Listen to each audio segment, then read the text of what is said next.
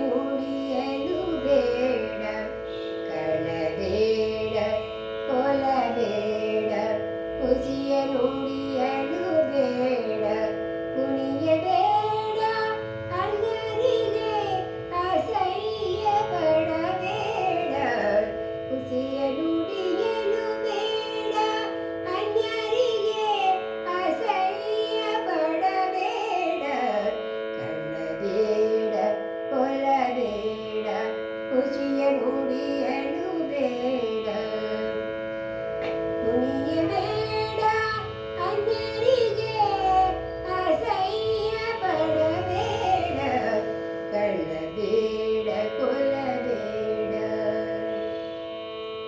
ತನ್ನ ಮಣ್ಣ